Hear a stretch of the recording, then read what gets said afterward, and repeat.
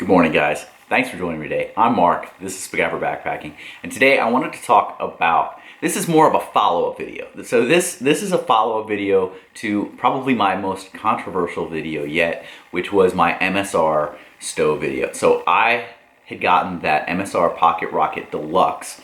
I've had the Pocket Rocket, I've had the Pocket Rocket 2. I do have problems with my Pocket Rocket 2. Mine is one of the ones that, I don't know if the tolerances were just off or what, but it wobbles. And everyone who's seen it, everyone who's used it, notices it wobbles. It's very unstable. I don't use it all that much. I've actually tried to give it away a couple of times and nobody really wants it. So I bought the Pocket Rocket Deluxe. It was a highly anticipated stove and mine just wasn't working right. On the very first tests that I did with it, when it was turned up, it had a weird squealing noise. And then the piezo lighter just stopped really working. Like, it would take up to 10 tries sometimes. Sometimes it would light on the first light, but not very often. And there were times it was just click, click, click, click, click, click, click, and then finally it would start. Sent it in, and it wasn't even something that they could repair. They almost immediately, within a couple of weeks, got back to me and said that it was unrepairable. And so there was definitely something wrong with it other than just the igniter. If it was the igniter, that could have been swapped out. Not a big problem. But it wasn't. It was definitely more to it. So one of the things that I took a lot of heat on was saying, hey, I may never use MSR products again. And it wasn't me saying that because of their products being horrible. Although I have had problems with the last two, the MSR Pocket Rocket 2 and the Pocket Rocket Deluxe, which shows that their quality control isn't what it should be and could really use some help. But I did get a replacement. So I have a new MSR Pocket Rocket Deluxe. So let me tell you one of the things that really upset me and made me post that video. It was the amount of time that they were going to take to evaluate and figure out whether or not I was going to get a replacement. So originally when I got a hold of them, the first person I talked to was a little bit snotty. It was a female, and she was a little bit snotty to me. You know, maybe she was having a bad day. Subsequent calls to them, the people that I spoke with were extremely helpful and extremely nice. So I'm going to chalk it up to it was a bad day for that person, and that's all it was. But it kind of set me in that tone that I did that video. The big part for me was they originally said 4 to 5 weeks, I believe, or 3 to 5 weeks for the turnaround. And I had to pay to send it in. And so I was a little bit off-put by the fact that they sent me, or I had purchased what I thought was a faulty defective product, later was turned out to be a faulty defective product, and I had to pay the shipping to get it back to them and then wait 3 to 5 weeks. Well, once I shipped it in, I got an email back from them and it said 4 to 6 weeks. It took 9 weeks to receive this. 9 weeks before I got a replacement for my defective stove, which I paid full price for. So to me, that was a little bit of a letdown on that side. I had originally got the replacement, and I was going to sell it. I was just going to get rid of it. Had no reason to use it anymore. While I was waiting on it, I got this. This is the Soto Windmaster, which is lighter, a superior product in my opinion, and works great. Lights first light every time. But you know, I had done the comparison videos between the Windmaster and the Pocket Rocket Deluxe, and the Windmaster came out on top. However, and I know other people like Devin from Backcountry Exposure did the same tests, and the Windmaster came out on top. Even the Amicus came out on top. So what I was thinking was, well, the first one I tested was a defective one. It had problems. Maybe we need to try a new test comparing the two of them with a new one. So let's bust this one out of the box and fire it up and see whether or not it makes any noises, any problems, and then do a comparison. It's not going to be as scientific as usual. I'm in the UK right now, and so I don't have my scales. I don't have all the normal stuff I would use for a stove test. But we can just use them and see what I think. Okay, so I opened the package and I've got the MSR mounted to a Jetboil canister. Now, I didn't buy a Jetboil just so that I wasn't buying MSR. Out here in the UK at Black's, this was the only one that was available. There were no other brands available but this Jetboil one. So what I'm gonna do is let's see whether or not it lights on the first try. Brand new fuel canister, brand new stove, has not been lit, hasn't even been turned on yet, so let's do this. There's the sound of fuel. First one, first click. Let's open it up and see if it makes any noise. So there's wide open. It's pretty quiet. It's much quieter. It is much quieter than the one I had before. For comparison, let's throw the Windmaster on here and check it out. A little bit of smoking out of there just because this was the first time using it. Let's just give it another. First try. Gotta like that. All right, let's swap them out and check out the Windmaster. Okay, I've swapped them out and I've got the Windmaster on here. For comparison, you can see the size.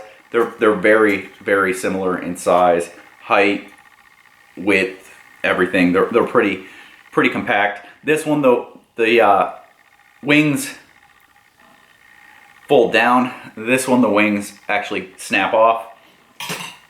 So let's see this one.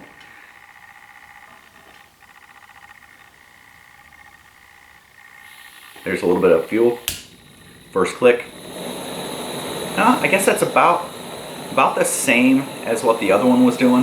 Not sure why there's so much yellow coming out of both of these right now, but could be this fuel. I don't know. I don't know if maybe there's something different and the fuel canister is cold right now, so that's causing an effect.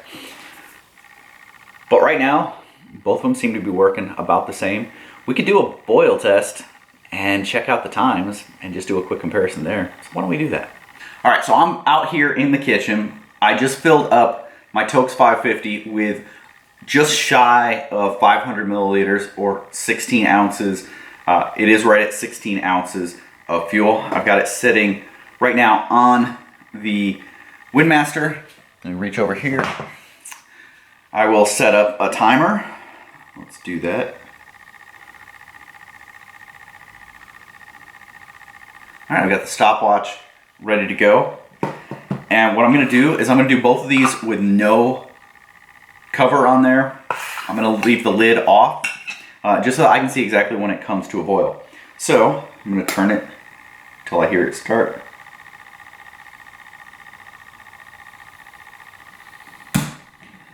Timer has started, and we're open all the way. So let's see what it takes for this one. Now it's amazing how fast this stove actually works. Right now I've already got bubbles coming to the top. You can actually probably see that a little bit. There's a lot of motion in there, and we're at 1:45 seconds with this one. So really, really good performer. It's for 2 cups of water. So 16 ounces, just shy of 500 milliliters. A lot of bubbles in there, just past 2 minutes. Now once this one finishes, what we'll do is we will let this canister heat up a little bit so this comes back to room temperature, because otherwise, you know, it's not quite as fair because it doesn't have the same pressure in there. I think we're getting really close to a boil. Now the water was really cold. The water that comes out of this tap is extremely, extremely cold. Okay, there is a boil, 2 minutes, 52 seconds.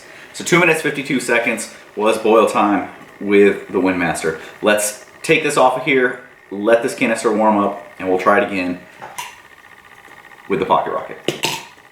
Okay, so we did the first test, and if you recall, 252 was what we got with the Windmaster. Swapped it out, and now I've got the Pocket Rocket Deluxe on there. While I was away, I made a nice cup of coffee. Good stuff. So I found a coffee roaster locally here in the UK called Crew Coffee. Been into their shop twice now, and have gotten to experience and try out some of their roasts. I've been in there twice while they were actually roasting, the process of roasting actually going on. Got to talk with them and stuff and see what was going on, and it was really cool. All right, 16 ounces of water, just shy of 500 milliliters, cold out of the tap.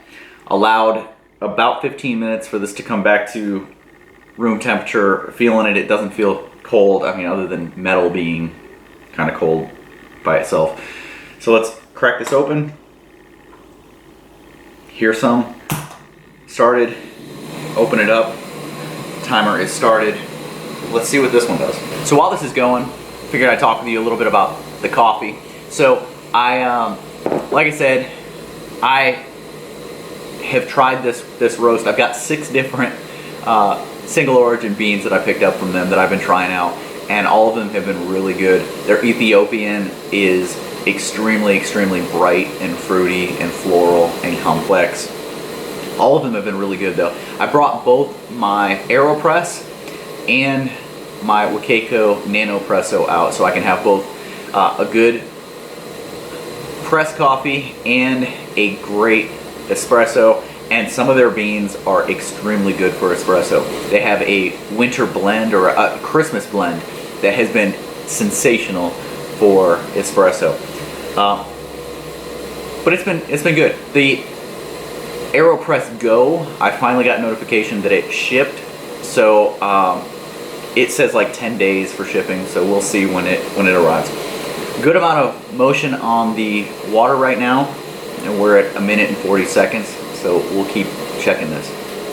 Okay, we are at 2:37. A lot of movement in the water right now. I think we're getting really close to a boil. Keeping a very close eye on it. All right, right there is a boil, and that is at 3 minutes on the dot. I stopped it at 3:02. It was 3 minutes on the dot, so about 8 seconds slower than the Windmaster. So very comparable. I didn't have anything that I didn't like about this time. It started on the first click. It didn't make any strange noises. It just seems to work. I do like that the arms just fold in and you don't have to take them off like you do on the Windmaster. This comes off and then you have something that you could lose.